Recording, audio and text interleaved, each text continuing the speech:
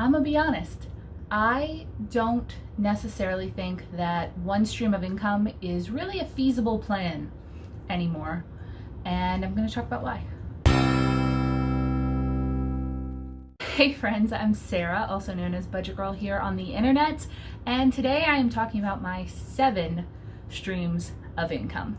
Now, this might seem crazy to you, but I'm going to talk about why I think having only one stream of income might be crazier. How I got into these streams of income, about how much they make me, and my plans for future streams of income. If you are new here, we talk about personal finance, budgeting, frugality, and how to live the life of your dreams on any budget. So if you want to learn more about that, I would love it if you hit subscribe, and if you like multiple streams of income, go ahead and hit that like button. So first and foremost, I have my salary job. I keep a full-time job. I know a lot of YouTubers, especially as you're getting higher in subscriber count, turn and try to do that full-time. And I've been asked several times if I was going to do that, and I say no, because I love my job.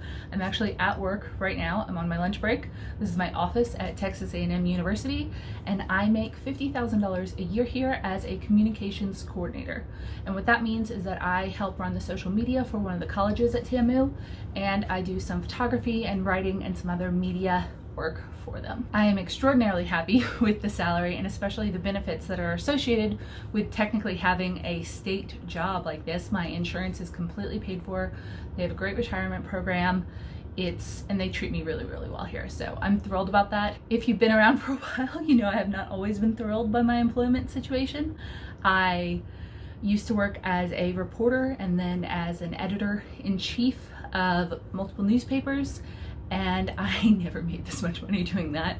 Just not a great time in the industry. When I was paying off my debt, I had over $33,000 worth all student loan debt, and I was making $26,000 a year as a reporter, and then at the very tail end of my journey, $30,000 as an editor. I actually had to leave my chosen profession and kind of pivot a little in order to make a better salary. I'm thrilled that I made that decision, and I'm thrilled with the salary because it's actually a pretty good salary, especially for Texas. I don't need all of that money to live on, and I'm able to use a lot of it to pursue my other goals. My second stream of income is Budget Girl, which is the YouTube channel you're watching now and all the associated social media accounts with it. So Instagram, I'm at Go Budget Girl, Facebook, Go Budget Girl, Twitter, I don't do Snapchat, I don't know why I don't say Snapchat, and I'm on TikTok as Budget Girl. I do make some money off of some of those platforms, but I kind of consider it looped in to the YouTube channel since those social media outlets support that. So I've made money doing sponsorships and affiliates and stuff like that through my social media channels exclusively, and you guys, if you only watch me on YouTube, you've never heard about it, but I consider that all part of that income stream. I made $20,000 associated with Budget Girl last year, which is fantastic. I only netted about 10 of that after all of the expenses associated with it. So website hosting fees, all sorts of stuff. I trademarked it, very expensive legal stuff. And then I also had to pay taxes, but still very thrilled, very grateful. I really love this. I'm not sure what that would come out to as far as like dollars per time, because I spend a lot of time on this, but I'm still thrilled and wonderful and glad to be here. My third stream of income is actually Etsy, and I have a shop called Budget Girl Goods on there, and I'm not including that with my other Budget Girl income streams because Etsy is entirely passive. I sell digital budgeting spreadsheets on there, and after I created them, all I had to do was upload them. People buy them and download them, and aside from a couple of questions or troubleshooting things, every once in a great while, that income is completely passive. And I've made a few $1,000s off of that total, which is really, really cool for a completely passive income stream. And every time I talk about it, I think about how I need to put more stuff up in there. Just don't have the time. And a quick break in the middle of my passive income streams list on why it's important that if you're going to do one of these, you don't start at some tenuous future time when you've maybe like lost a job. So if there's suddenly an emergency and you need to find new work, yeah, anyone can pick up work doing like Uber or Lyft or DoorDash or maybe even VIP Kit or something like that. But for some of these more higher earning and more passive streams of income, you have to already kind of have the wheels in motion. It takes quite a bit of time to get them going. I am not at all the most successful YouTuber by far. I've been on this platform for 6 years now, and I still only bring in like $400 or $500 a month, which is fantastic. I love that I can do that, and I've made more and I've made less over the years, but you can't just start tomorrow and generate that unless you're like Graham Stephan. But even he took a while to take off, or Janelle Eliana. But YouTube isn't one of those things, like YouTube, blogs, Etsy shops, anything like that isn't the type of thing that you can just start and generally immediately start making a lot of income from it. It takes quite a while to build, it takes a while to grow, it takes a while to market, and that all takes time that you might not necessarily have if you're in a financially struggling position. Does that mean you shouldn't try? Absolutely not. But if I lost my main job tomorrow, I would have some of these other things to fall back on. I also have an emergency fund. I also live off of far less than I currently make, so I have savings. I have other kind of logs in the fire. It helps build this kind of security around me so that if something goes wrong, I kind of have backups in place or other means of income that would supplement me while I was looking for something new. I definitely don't want to discourage you from trying anything. I want to encourage you to try things. I just want to be realistic about how long it takes to build some of these side incomes, because you see a lot of YouTube videos and ads, stuff like that, kind of saying like, make, thousands a day in passive income. And that's always going to be a scam, because legitimate business building isn't that easy. And if it were, everyone would do it. So there is work. It is worth it, especially if you're doing something that you're passionate about, but be patient with yourself. And if things don't take off right away, keep working on it. Okay, coming into my next stream of income, it's actually my newest stream of income, and that is my rental property. I very recently bought a duplex, which is a multifamily property, and I am house hacking it, which means I am living in one side of the property, renting out the other, and I'm using the rental income from the other side to pay the majority of my mortgage, thereby decreasing my personal housing costs, building equity in some real estate, and pretty much just helping further my wealth journey. It's also involved me taking on landlording duties, which is much more fun some days than others, but it's been a whole new adventure, and I'm actually really excited about this new chapter, because real estate is something really, really cool that I never necessarily thought that I would be able to get into. A little background on me: I grew up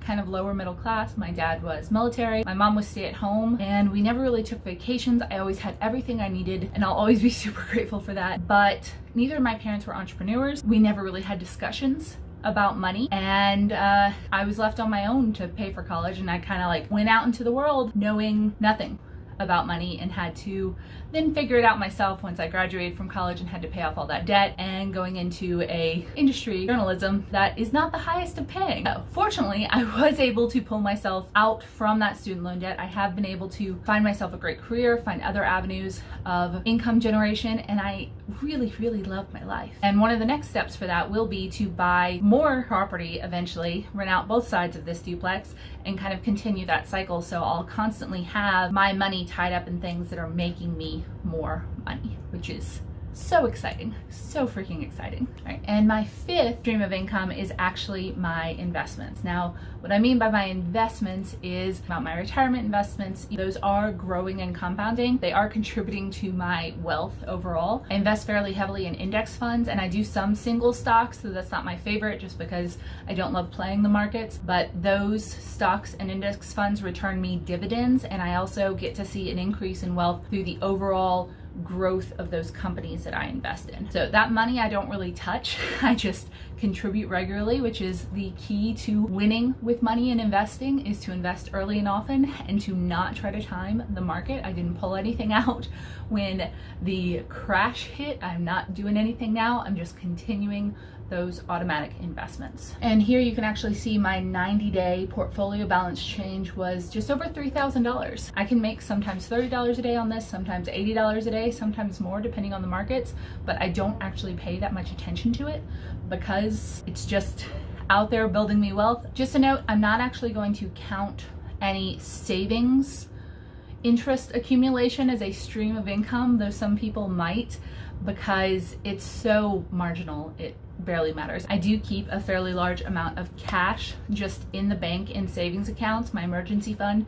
is in a high interest savings account that is currently only at 0.8% because Fed rates right now. So technically I am earning money off of money in my savings and checkings and other accounts like that, but it's not really enough to consider a stream of income.